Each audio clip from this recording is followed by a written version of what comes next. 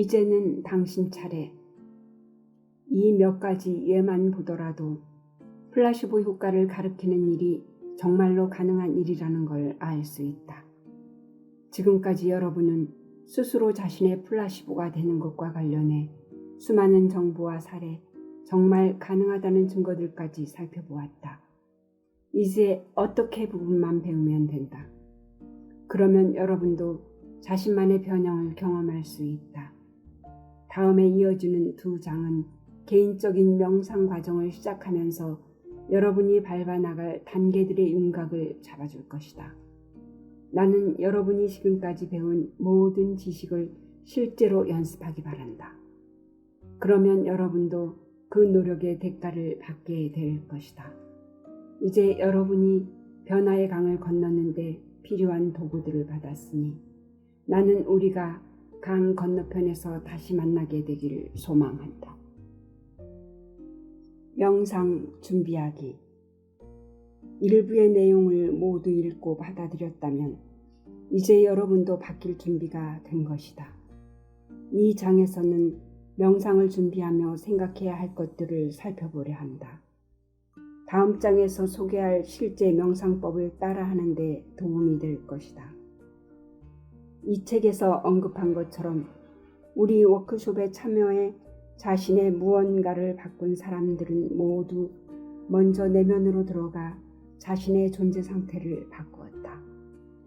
그러므로 명상 연습을 하는 것을 매일 플라시보를 먹는 것이라고 생각하기 바란다. 만약 알약을 삼키는 대신 내면으로 들어가는 것이다. 시간이 지나면 마치 아플 때 약을 먹어야 한다고 생각하듯이 명상도 꼭 해야 하는 것이라고 여기게 될 것이다.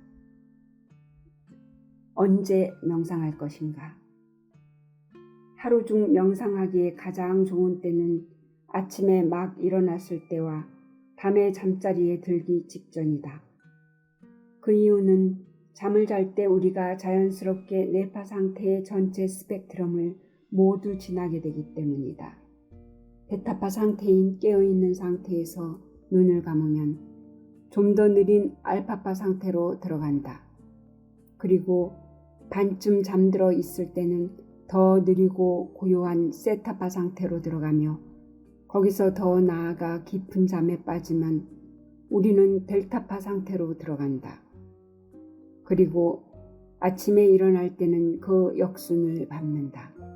즉 델타파에서 세타파로, 세타파에서 알파파로, 알파파에서 베타파로 상태로 나아가면서 완전히 깨어나고 의식도 되찾게 된다. 따라서 잠들기 전이나 방금 잠에서 깨었을 때 명상을 하면 알파파 혹은 세타파로 들어가기가 더 쉬워진다. 방금 나오거나 막 들어가려던 방향이므로 다시 돌아가거나 들어가기가 훨씬 쉬운 것이다. 잠재의식적 마음으로 향한 문이 이 2시간대에 열린다고 보면 된다. 나는 개인적으로 아침 명상을 선호하지만 둘 중 어느 시간대라도 상관없다. 당신에게 맞는 시간대를 찾아 그 시간에 꼭 명상을 하기 바란다. 날마다 명상을 한다면 좋은 습관이 될 것이고 명상 시간이 하루 중 가장 고대하는 시간이 될 것이다. 어디서 명상할 것인가? 명상할 장소를 고를 때 가장 중요하게 고려해야 할 요소는 방해받지 않고 명상할 곳을 고르는 것이다. 외부의 물리적 세상과 단절돼 있어야 하므로 당신이 매일 돌아가 혼자 방해받지 않고 명상할 수 있는 곳을 골라 그곳을 명상을 위한 성소로 삼아라. 침대에서 명상하는 것은 권하고 싶지 않다. 침대는 쉽게 잠을 연상시키기 때문이다. 처리해야 할 일거리가 보이지 않는 곳, 실내 공기가 쾌적한 곳에 1시간 동안 앉아 있을 수 있는 방바닥이나 의자를 골라라. 음악을 들으며 명상하기를 좋아한다면 부드럽고 편안하게 트랜스 상태를 유도하는 연주곡이나 성가를 선택하라. 과거를 연상시킨다든가 어떤 방식으로든 주의를 산만하게 하는 음악은 좋지 않다. 방 안에 컴퓨터나 전화기가 있다면 반드시 꺼두자. 그리고 커피 끓는 냄새나 음식 냄새가 나는 곳은 피하라. 여기서 우리의 목적은 외부적인 자극을 최대한 제거하는 것이므로 필요하다면 눈가리개나 귀마개를 해 감각 활동을 둔화시키는 방법도 있다. 몸을 편안히 한다. 헐겁고 편안한 옷을 입고 주위를 산만하게 할 수 있는 시계나 보석은 빼놓는다. 안경을 쓴다면 안경도 벗는다. 앉기 전에 약간의 물을 마시고 필요할지도 모르니 손에 닿는 곳에 물을 한 잔 따라 놓는다. 화장실도 미리 가둔다. 명상 시 방해가 될 것 같은 여타의 것들도 모두 미리 치워둔다. 의자에 앉든 바닥에 결과부자를 하고 앉든 척추를 세우고 똑바로 앉는다. 긴장을 풀어라. 다만 마음은 집중 상태를 유지해야 하므로 너무 이완을 해서 잠이 들지는 않도록 한다. 명상 중에 졸려서 머리가 끄덕인다 해도 느린 뇌파 상태로 들어가고 있다는 표시이니 너무 걱정할 것은 없다. 명상을 계속하다 보면 몸이 명상에 맞게 조건화되어 더 이상 잠이 들지 않는 때가 올 것이다. 명상을 시작할 때는 눈을 감고 몇 번 천천히 심호흡을 하라. 곧 베타파 상태에서 알파파 상태로 떨어질 것이다. 편안하지만 여전히 집중하는 이 알파파 상태가 당신의 전두엽을 활성화할 것이다. 앞에서도 말했듯이 전두엽은 뇌에서 시공간 정보 처리를 담당하는 신경회로들을 약화시킨다. 처음부터 더 느린 뇌파 상태인 세타파 상태로 바로 가기가 쉽지 않겠지만 연습하면 될 것이다. 몸은 잠들고 마음은 깨어있는 세타파 상태가 되면 몸이 자동 프로그램들을 훨씬 쉽게 바꿀 수 있다. 얼마나 오래 명상해야 할까? 보통 명상은 45분에서 1시간 정도 하지만 가능하다면 시작하기 전 마음을 가다듬을 수 있는 시간적 여유를 충분히 갖도록 한다. 특정 시간까지 명상을 꼭 끝내야 한다면 그보다 10분 전쯤 알람을 맞춰 놓아 갑작스럽게 명상을 끝내지 않도록 한다. 즉, 시간이 방해 요소가 되게 하지는 말라. 앞에서 말했듯이 감각 정보들에서 멀어질수록 시간의식도 옅어지게 되어 있는데 시간이 어떻게 되었는지 걱정을 하게 된다면 역효과만 보게 될 것이다. 차라리 조금 더 일찍 일어난다거나 더 늦게 잠자리에 드는 식으로 해서 시간 여유를 갖기 바란다. 그러면 방해받지 않고 명상할 수 있을 것이다. 의지를 부리는 자가 되라. 명상을 처음 시작한 사람들이 흔히 부딪히는 장애물이 하나 있다. 뭔가 삶을 바꾸려고 할 때마다 마음이 되어버린 당신의 몸은 뇌의 통제력을 잃지 말라는 신호를 보낸다. 바로 그 순간 당신은 머릿속으로 내일부터 하지 뭐. 나 엄마랑 너무 닮아가고 있는걸? 나 좀 이상해. 어쨌든 사람은 안 변해. 기분에 그냥 아닌 것 같아.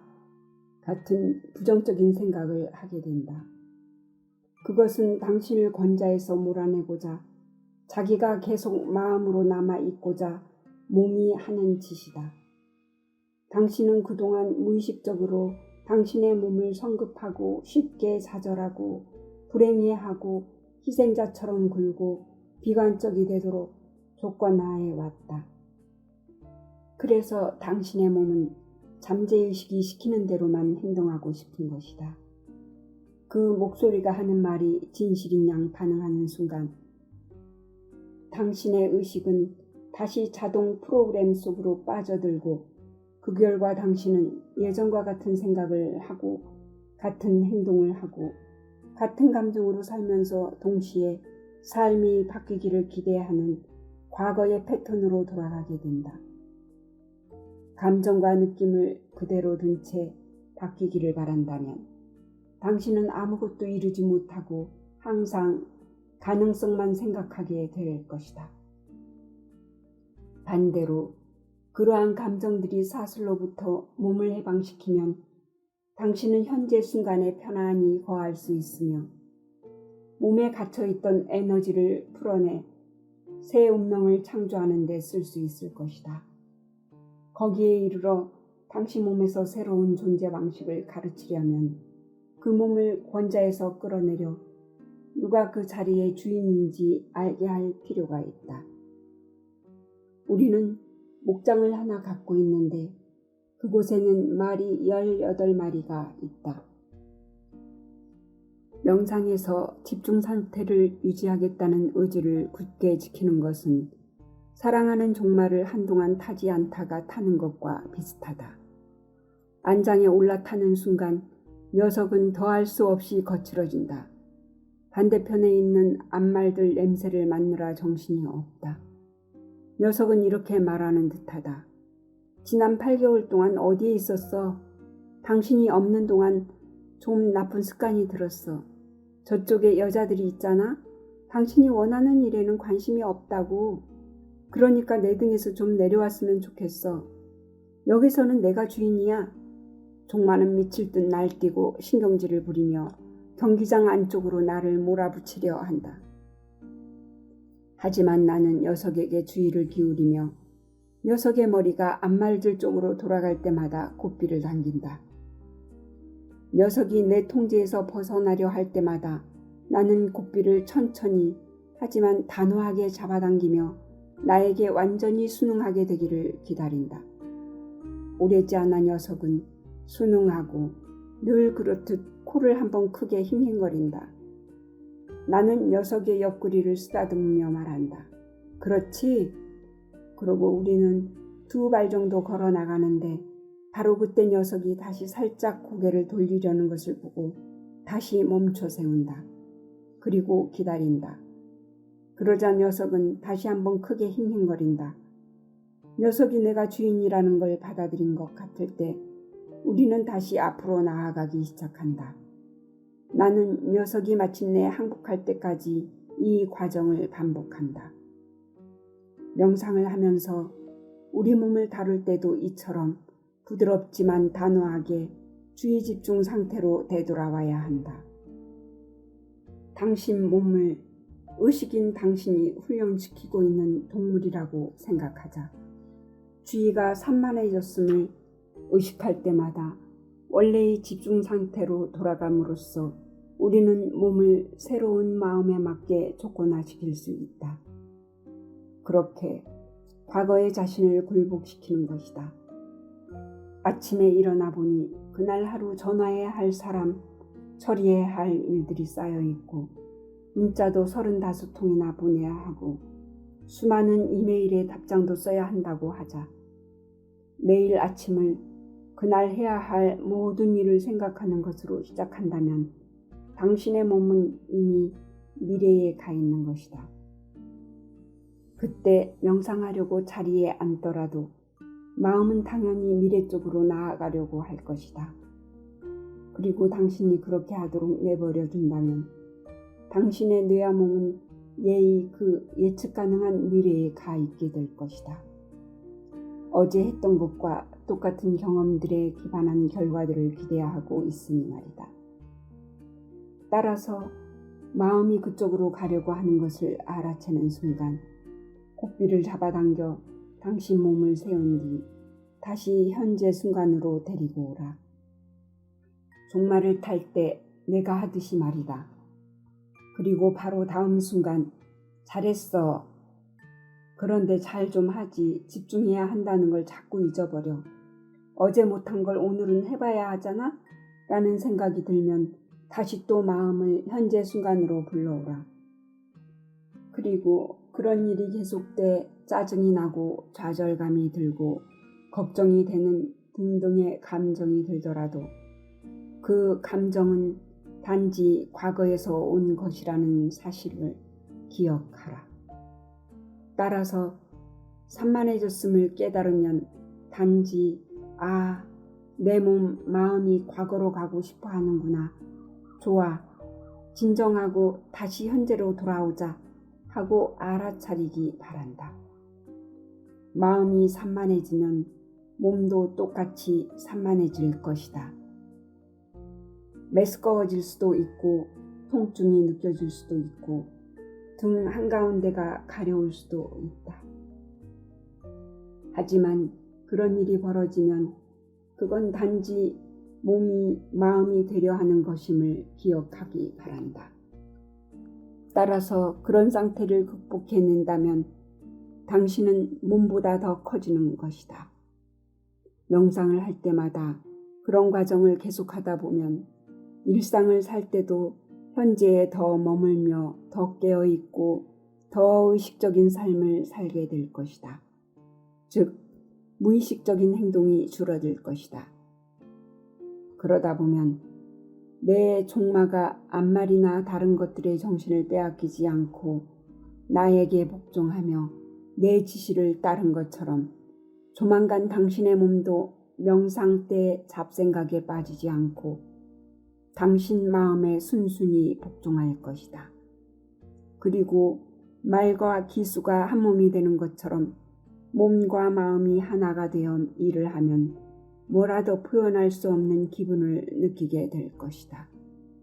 그때 당신은 새로운 존재 상태에 있는 것이다. 그때는 무엇이든 할 수 있다.